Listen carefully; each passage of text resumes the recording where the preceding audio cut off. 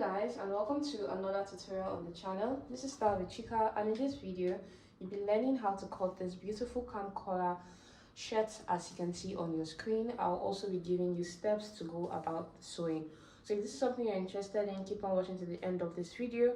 You'll be learning a lot. If you're coming across our channel for the first time or yet to subscribe, do also subscribe so you don't miss out on any of our amazing sewing tutorials like this one.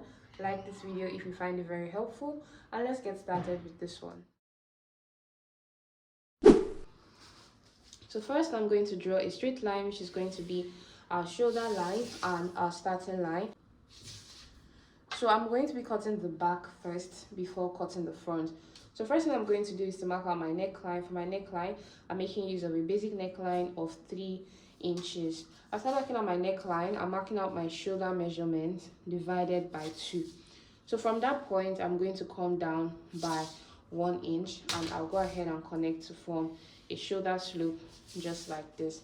Next, I'm going to create a round neckline around this point. I'll just come down by 1 inch and I'll connect it as so. Okay, so next I'm going to mark out my armhole, and for my armhole it is my bust measurement divided by 6 plus 1.5 inches. So you just go ahead and connect upward like this and outward, as you can see me doing. Next thing I'm going to do is to mark out the top length. Okay, so this is a top and we don't need all the other basic measurements because it's just going to be straight down. So I'm just going to use length of 24. So I'll go ahead and connect also like this. So next, since it's a shirt and it's free, you want it to be free from top to down. So I'm going to be using my hip line all through the body so that it's like big enough straight down. So you divide your hip measurements by 4 and just go ahead and mark it here. You can add an allowance of 1 inch. Because this is a pattern, I'll just leave that and just go directly. Okay, I'll also mark out the same measurement that I have here on the hip line. Don't forget to add your sewing allowance of at least 1 inch. So I'll go ahead and connect straight up like this. Just give this a little curve. I'm just going to do this around here. So for my armhole, I'm just going to complete it as so. So this is my back, so you don't really need this to be curved inside, so you just do like a little, okay, because the back is wider than the front part of the body. So this is all for the back pattern. I'll go ahead and cut it out. It's that easy. So yes, this is what I have for the back pattern. If you're cutting on your material, you add 1 inch of allowance for sewing and about 1 inch allowance to the length of this top for hemming. Also add ½ inch allowance at the shoulder and the neckline. You can also add ½ inch allowance at the armhole. So let's go ahead and cut out our front, which carries most of the major work. So for our front pattern, that is where the major work lies. So I'd like you to pay more attention to this part. So first, at this part, I'm going to draw a straight line. This is going to be our starting line, but not our shoulder line. I'm going to come down from this line by about 5 inches, and then I'm going to connect another straight line. So from the edge of the pattern paper, I'm going to mark out my button allowance. I'm making use of 2 inches all the way down, just like you can see me doing. Then go ahead and connect it. So now all the measurements I'm going to be taking it from this side. So first measurement I'm taking is a round neckline measurement. I'm going to be making the standard neckline of 3 inches by 3 inches.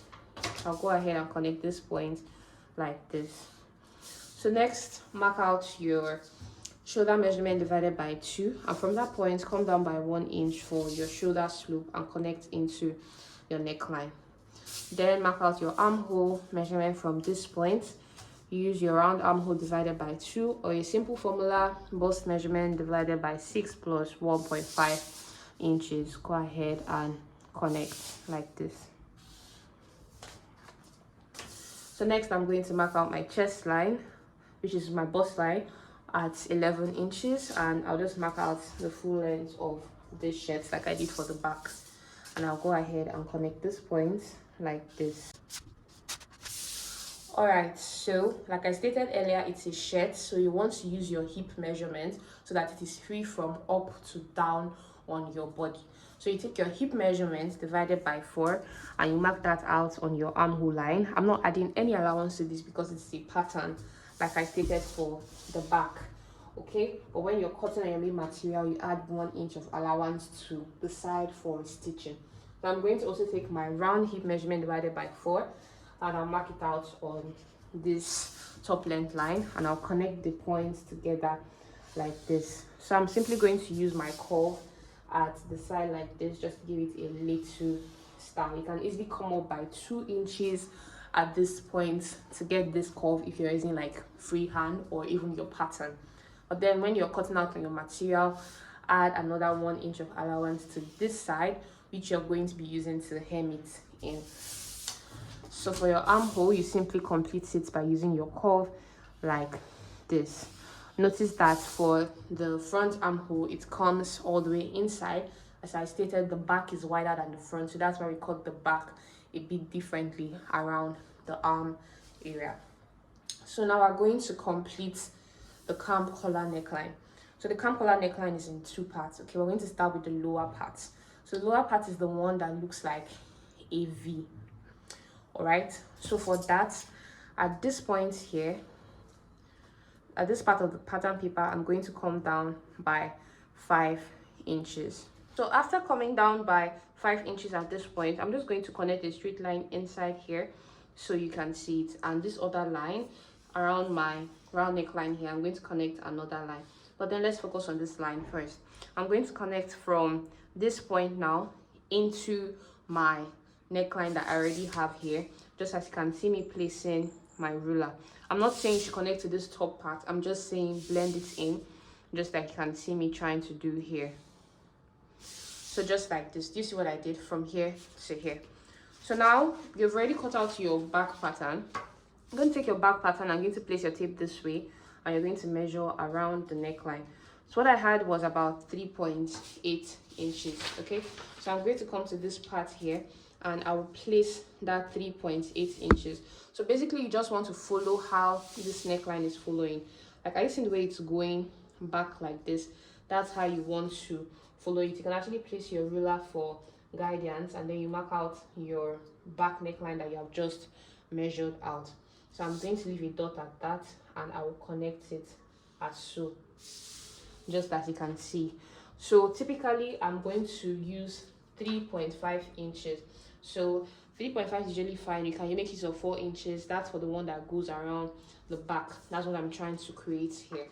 Okay, so I'm going to come out by 3.5 inches, but also do not keep your tape straight. Keep your tape slanted like this. Okay, so basically just following a pattern like this and then you connect. Please do not overdo it at this point.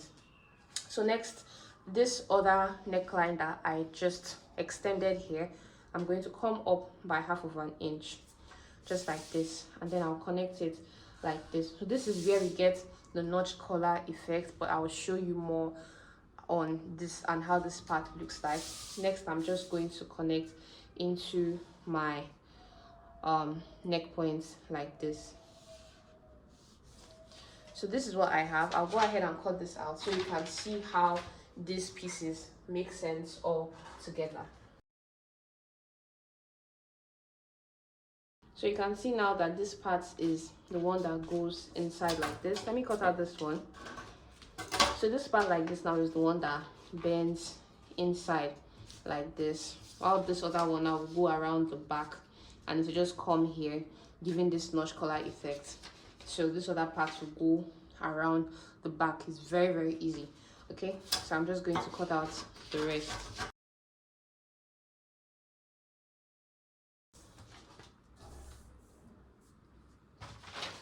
Alright, so this is basically what I have for this pattern. So I will not be making a sewing tutorial of this one.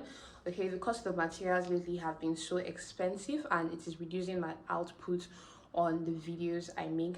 So if you want to support the channel in any way to help us create more sewing tutorials like this one, you can reach out to me on my Instagram or make use of the features that YouTube has offered. All right, so this is all I have for this tutorial. I'll be seeing you in my next one. Do all to like this video, subscribe so this can reach more audience, and I'll be seeing you in my next tutorial. Bye guys.